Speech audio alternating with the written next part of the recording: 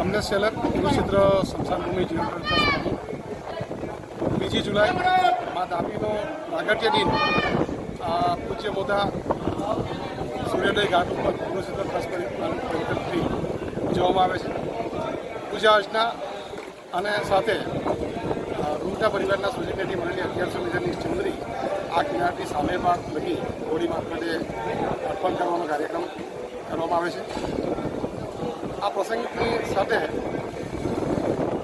તાપી માતાના આ ઘાટ ઉપર આજરોજ સફાઈ ઝુંબેશ ચાલી રહી છે.